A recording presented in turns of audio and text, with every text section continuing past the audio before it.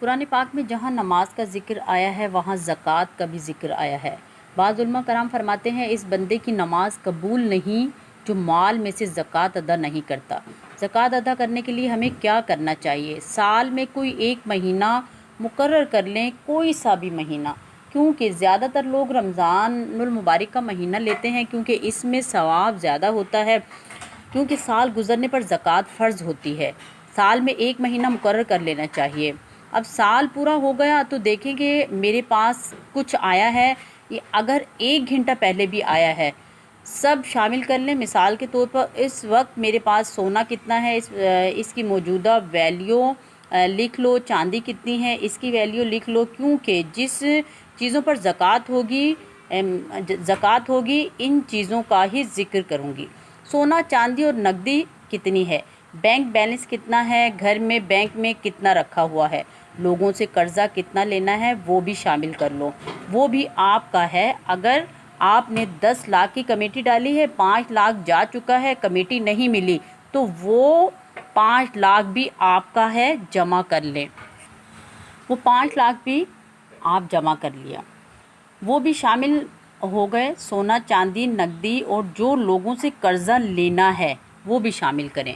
اگر آپ کے پاس دکان ہے، گودام ہے، اس میں جو مال رکھا ہوا ہے، اس طرح اگر آپ نے کوئی پلاٹ یا مکان اس نیت سے لے کر رکھے ہیں، جیسے انسان کاروبار کرتے ہیں کہ پیسے پڑے ہوئے ہیں، کوئی مکان لے کر رکھ دیتے ہیں، رقم بڑھتی رہے گی تو بیچ دیں گے، تو یہ مال تجارت ہے، اس کی بھی ویلیو شامل کرنی ہوگی۔ اور اگر ویسے ہی پلاٹ لے کر رکھا ہوا ہے کہ کل کو کام آ جائے گا یا کہیں اس کے ریٹ بڑھ جائیں گے تو اس پر زکوٰۃ نہیں ہے۔ آپ سمجھتے ہوں گے کہ کوئی انسان یہی کام کرتا ہے کہ یہ پلاٹ لے لیا کہ کل کو مہنگا ہوگا تو بیچ دیں گے، اس کی بھی ویلیو لگا لیں۔ اگر کسی کام کے لیے رکھا ہے تو اس پر زکوٰۃ نہیں ہے۔ آپ پھر سمجھ لیں کہ سونا، چاندی، نقدی، مال تجارت کی موجودہ قیمت، جو قرضہ لینا ہے وہ بھی شامل کر لیں، سب کو جمع کر لیا۔ اگر فرض کریں اس کی ویلیو بنی ہے 50 لاکھ، اب آپ نے یہ دیکھنا ہے میں نے لوگوں کا قرضہ کتنا دینا ہے۔ اگر آپ نے 50 لاکھ ہی قرض دینا ہے یا 60 لاکھ قرض دینا ہے تو آپ پر زکوٰۃ فرض نہیں ہے۔ اور اگر آپ نے 40 لاکھ لوگوں کا قرض دینا ہے تو باقی بچے 10 لاکھ، تو 10 لاکھ پر زکوٰۃ ہوگی۔ 1 لاکھ پر 2,500، 10 لاکھ پر 25,000 زکوٰۃ بنے گی۔ یہ زکوٰۃ اللہ تعالیٰ کے واسطے آپ نے خرچ کرنی ہے۔ سب سے افضل زکوٰۃ اپنے خاندان میں دیکھو کہ خاندان میں کون ہے جو مستحق ہیں، اس کو زکوٰۃ دیں۔ اب سوال آتا ہے کن کو زکوٰۃ نہیں دینی؟ جو تمہاری جائیداد کے وارث ہیں، مثلا باپ بیٹی کو نہیں دے سکتے، بیٹے کو نہیں دے سکتے، بیٹی کو نہیں دے سکتے، باپ کو نہیں دے سکتے، تو یہ ان کو زکوٰۃ بالکل ہم نہیں دے سکتے۔ ہاں، آپ بھائی بہن کو دے سکتے ہیں جو آپ کی جائیداد کے حصے دار نہیں ہیں، ان کو جائیداد میں سے حصہ دے دو۔ بھائی بہن کو دے سکتا ہے اگر وہ مستحق ہے۔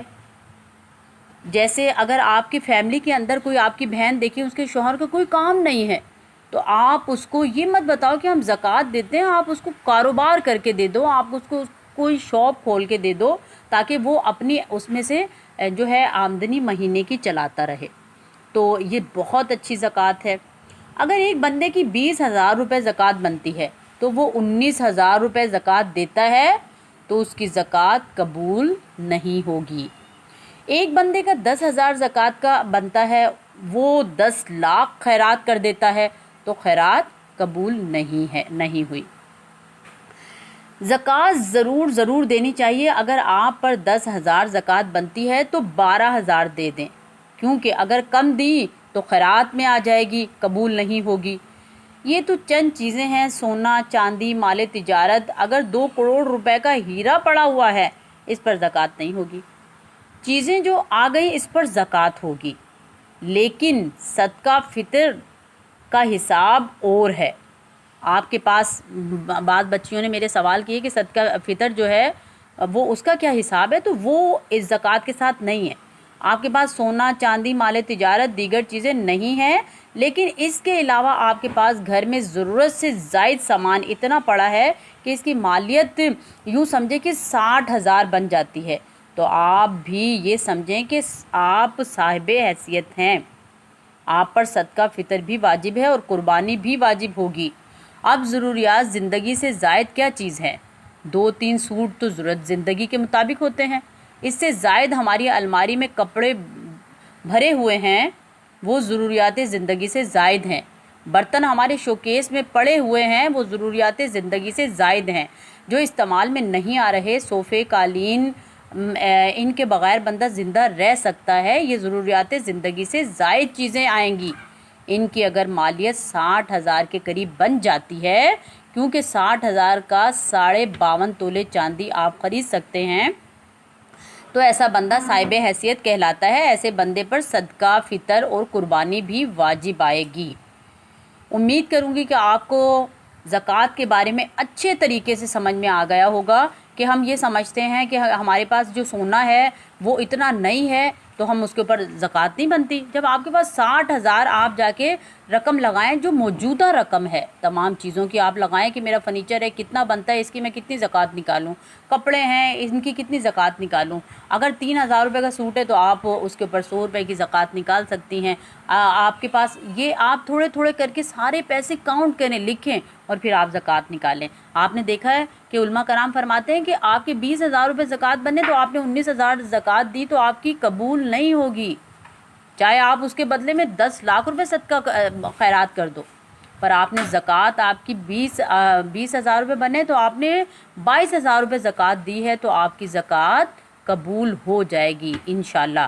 اللہ تعالی ہمیں زکوٰۃ پوری کرنے کی، پوری ادا کرنے کی توفیق عطا فرمائے۔ اور زکوٰۃ سب سے بہترین ہے کہ آپ کی فیملی کے اندر کوئی ایسا بندہ بے روزگار ہے جس کا کوئی کام نہیں، تو آپ اس کو کام لگوا کر دے دیں، تو آپ کے لیے یہ بہترین زکوٰۃ ہے، بہترین زکوٰۃ ہے کہ آپ نے اس کو کام لگوا کے دے دیا، آپ نے اس کا روزگار بنا دیا، تو آپ کی بہترین زکوٰۃ ہے۔ آپ اس کو بتائے بغیر کہ ہم آپ کو عید پہ تحفہ دے رہے ہیں، یا آپ یہ دل میں یہ سوچیں کہ میں نے تو اس کو زکوٰۃ دے دی، پر آپ دل میں یہ اس کو یہ بولیں کہ چلو آج تمہارے اوپر یہ وقت ہے، میں تمہیں یہ کام کر کے دیتا ہوں، تمہارے پاس ہوئے تو مجھے دے دینا، تو آپ اس کو دے سکتے ہو۔ آپ اس کو، اگر وہ خوددار بندہ ہے، مطلب کوئی چیز لینا، کسی سے قرض لینا کوئی چیزیں پسند نہیں کرتا، تو آپ اس کی مدد کر سکتے ہیں، تو یہ سب سے بہترین زکوٰۃ ہے۔ انشاءاللہ زکوٰۃ کے بارے میں سمجھ آ گئی ہوگی میری ساری بچیوں کو، ساری جن بہنوں نے سوال کیے تھے، اس دعا کے ساتھ کہ آپ مجھے دعاؤں میں بہت زیادہ یاد رکھیے گا اور اپنا بہت خاص خیال رکھیے گا اپنے گھر والوں کا، اور نمازیں پڑھتے رہیے گا، قرآن پاک پڑھتے رہیے گا، اور جو اللہ تعالیٰ نے ہمیں بتایا اس پہ عمل کرتے رہیے گا، تو انشاءاللہ تعالیٰ میں بھی آپ کو دعاؤں میں یاد رکھوں گی، اس دعا کے ساتھ کہ آج ہمارے پاس دوسرا عشرہ شروع ہو گیا ہے، تو اس میں ہمارے جتنے عزیز و اقارب اس دنیا سے جا چکے ہیں ان کے لیے درجہ بدرجہ ان کی مغفرت کی زیادہ سے زیادہ دعا کرنی ہے کہ اللہ ان کی مغفرت عطا فرمائے، اور ہماری بھی اللہ تعالیٰ مغفرت عطا فرمائے، ہمارے گناہوں کو معاف فرما کے ہمارے ملک پاکستان کو میں امن و امان عطا فرمائے اور ترقی و عروج عطا فرمائے۔ اللہم آمین بجاہ النبی الامین صلی اللہ علیہ وآلہ وسلم۔